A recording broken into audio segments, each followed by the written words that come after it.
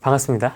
아, 네, 반갑습니다. 정말 오랜만에 이렇게 새로운 공간에서 너무 좋아요, 스튜디오. 뵙게 됐습니다. 아, 네, 사실 지금 막 하락장이냐, 주정장이냐, 막 유사 하락장이다, 막 이렇게 얘기가 막 정말 이런 신조어까지 만들어지면서 막 나오고 있는데요. 다들 이것 때문에 되게 공포랑 불안이 크다라고 저도 듣고 있어요. 수강생분들을 통해서도 그렇고, 지금의 불안과 공포가 거의 IMF 때랑 같다, 막 이렇게 얘기하시는 분들 많더라고요. 아, 외환 위기? 네, 그때는 진짜 컸잖아요. 근데 그게 왜 그러냐면, 그때 거래량과 비슷한 수준으로 지금 거래가 안 된다는 거죠.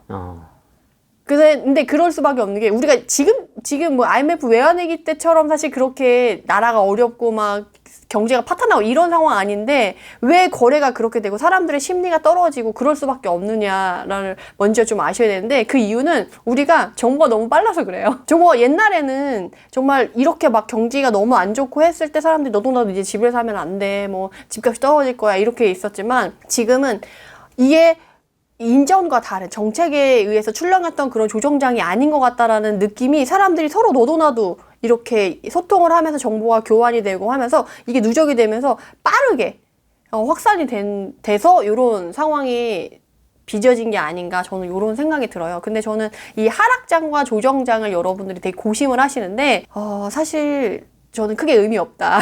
아, 그래요? 네, 크게 말씀을 드리고 싶은 게, 사실 저는 대세 상승장 때도 그렇고 절벽 상승장 때도 그렇고 언제나 하락할 수 있다라고 저는 항상 얘기를 하면서, 안전하게 투자를 하기 위해서는 우린 이렇게 해야 된다라고 항상 설파를 했었어요. 쫄보 다주택자? 네, 쫄보 다주택자이기 때문에 항상 대비를 해야 되고, 하락장이 왔을 때나 뭐 조정장이 왔을 때 우린 그거에 맞게 차분차분히 갈 수 있는 방법들을 가지고 우리는 세팅을 해왔었기 때문에 우리는 괜찮다, 건재하다라고 얘기를 할 수가 있고, 하락장에서 조정장의 차이가 의미 없다라고 말씀드린 이유는, 하락장이든 조정장이든 어차피 우리가 저점을 보고 그거에 맞춰서 들어가야 되는 거기 때문에, 솔직히 지금 만약에 하락장이라 하더라도 이전에 외환위기나 리먼 사태에 떠졌을 때처럼 그 하락의 골이 그렇게 깊지는 않을 거다라는 생각이 들어요.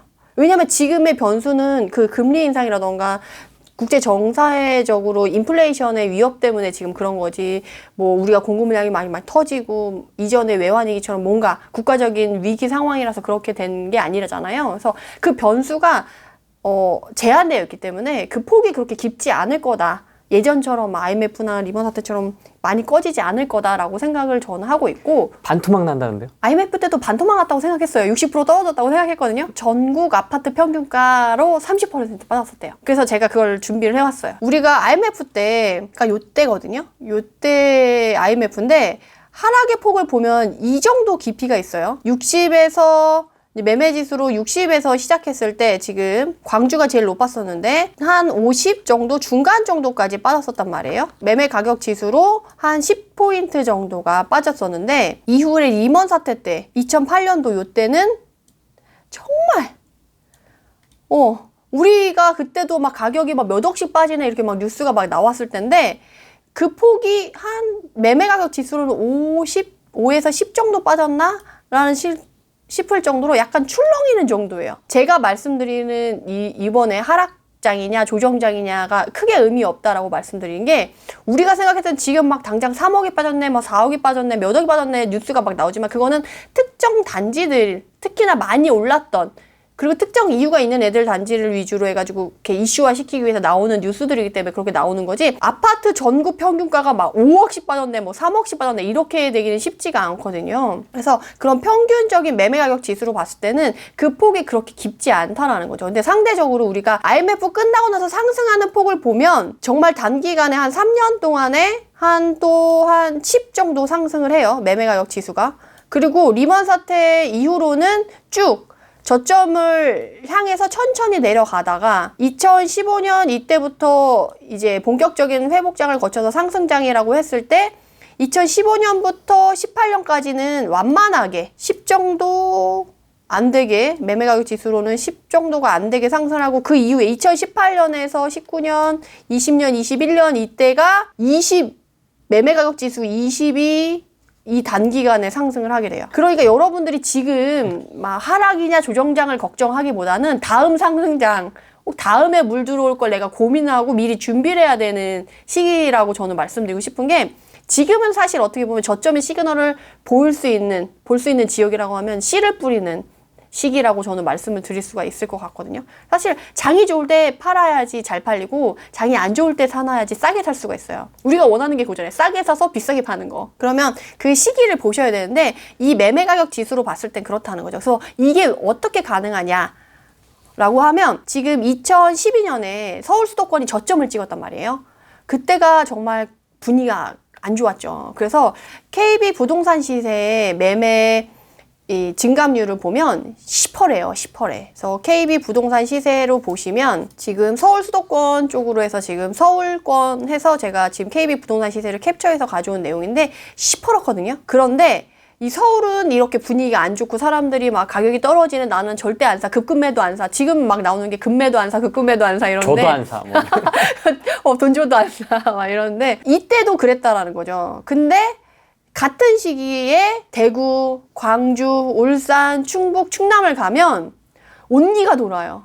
온기가 돌고 심지어 중간중간에 뜨거운 이런 중간중간에 정말 뜨거운 기운을 보여서 상승을 나타내는 지역들이 있어요. 같은 시기인데도 다르네요. 네, 정말 같은 시기. 2012년 5월 똑같이 캡처를 한 건데 서울과 지방이 지금 나눠진 거죠. 그래서 지금도 괜찮은 시장은 괜찮고 안 괜찮은 시장은 안 괜찮아요. 그래서 우리는 뭐 좋은 지역 가서 투자를 하면 되지 굳이 안 좋은 지역에 가서 미리 오랫동안 돈을 묶일 필요가 없다라는 거죠. 그래서 서울 수도권 우리가 투자를 할 때 서울 수도권에서 돈 벌면 그 다음에 돈 이제 버는 걸 가지고 지방을 갔다가 지방 투자해서 잘 돈 벌면 다시 서울로 왔다가 해서 서울 지방이 이원화되어 있어가지고 왔다 갔다 하면서 투자를 할 수가 있었어요. 근데 최근에 다시 이제 만났죠. 전국 불장. 그래서 같이 가는데 전국 불장임에도 불구하고 먼저 가는 애가 있고 나중에 가는 애가 있고 늦게 가는 애가 있잖아요. 그래서 늦게 가거나 못 갔던 애들이 지금은 불이 좋아지는 시장이 된 거죠. 그래서 지금 안 좋은 서울 수도권은 저점 시그널이 안 나타났다고 하면 지켜만 보고 만약에 아직 지방에 늦게 움직여서 괜찮은 지역이 있다고 하면 지금 지방에 괜찮은 지역을 가면 된다는 거죠. 서울 수도권이 안 좋다고 해서 이게 전국 냉각기다 이렇게 보면 안 되겠군요. 네, 전국의 모든 지역이 동시에 하락하고 동시에 상승하진 않아요. 우리가 그 2015년 대세 상승장이 올 때 대전 기억하세요? 대전은 조용했거든요. 수평선. 네, 완전. 근데 그게 꽤 오래됐었잖아요. 세종 때문에. 근데 세종의 입주 분량이 끝나자마자 그 다음에 대전이 어떤 광역시나 어떤 수도권보다 좀 빠르게 갔었잖아요. 그래서 우리가 그것처럼 늦게 움직이는 애들은 늦게 갈 수가 있기 때문에 그런 애들을 지금 챙겨보시면 오히려 지금 좋아요. 그리고 지금의 특성이 이따가 제가 지역을 예를 들어서 말씀드리겠지만 가격대별로 흐름이 달라요. 그 3억대, 그러니까 지역마다 좀 비싼 지역과 안 비싼 지역이 좀 나눠질 텐데 조금 덜 비싼 지역은 3억대 이상만 돼도요. 가격이 하락하고 안 좋아요. 거래가 안 돼요. 그리고 우리가 서울 수도권에 좀 괜찮은 지역이다. 그럼 5억대 이상 돼도 가격이 안 좋아요. 근데 지금 지방이든 서울 수도권이든 1, 2억대 이런 애들은 아직도 사람들이 관심을 갖고 거래가 그나마 되고 좀 뜨거운 편이에요. 그래서 경매 시장도 그렇게 똑같이 이원화되어 있거든요. 높은 애들은 경매 낙찰 가격 전국적으로 떨어진다. 뭐 서울도 떨어진다.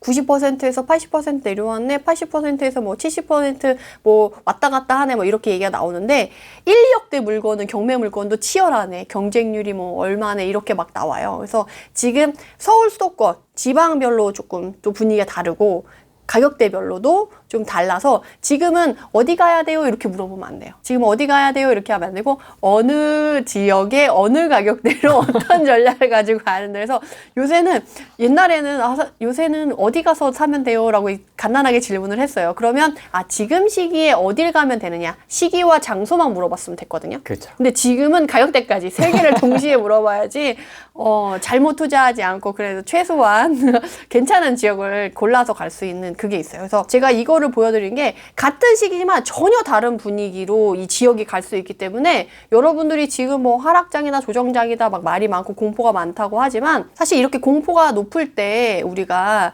먹을 게 있거든요. 왜냐면 사람들이 막 몰렸을 때는 나눠 먹어야 되니까.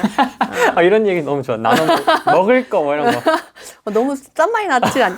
그래서 이제 여러 명이서 나눠 먹으면 이제 조금밖에 가져갈 수가 없는데, 이제 어차피 같은 파이가 이렇게 있다고 한다면 여러 사람이 아니고 일부 소수만 정말 그 불안감과 공포를 이겨내고 내가 진입한 그 사람끼리 나눠 먹는다고 하면 훨씬 큰 파이를 내가 가져갈 수가 있어요. 그래서 사실은 상승장보다는 하락장에 돈을 크게 버시는 분들이 많아요. 왜냐면 우리가 실제적으로 보면 상승장에 이렇게 상승 초입에 들어가서 중순이나 이제 하순에 판 거보다는 요 간극보다는 하락장에 깊이 갔다가 상승장 저점에 사서 이제 하락하기 직전에 파는 게 이 구간에서 파는 게 수익이 가장 극대화되고 수익의 폭이 클 수밖에 없거든요. 그래서 사실은 여러분들이 이번 대세 상승장이랑 절벽 상승장에 자산이 늘어난 사람이 많다라고 하는 건 자산이 급격하게 늘어난 사람들의 수가 많아서 티가 많이 날 뿐이지, 사실은 하락장에 그 자산의 폭이 확 커지는 사람들이 훨씬 많아요. 우리가 IMF 때나 리먼 사태 터졌을 때 그 KB 부동산 시세 연말에 나오는 부자 보고서 있잖아요. 그걸 보면 확실히 IMF가 끝나는 그 시기에 부자들의 수가 더 많이 증가하고요. 자산의 폭이 훨씬 더 크게 증가해요. 그래서 하락장을 얼마나 내가 잘 이용했냐, 이렇게 흔들리는 이 시기를 얼마나 이용했냐에 따라서 여러분들이 앞으로의 자산의 격차나 분위기가 달라질 거다라고 말씀을 드릴 수 있을 것 같아요.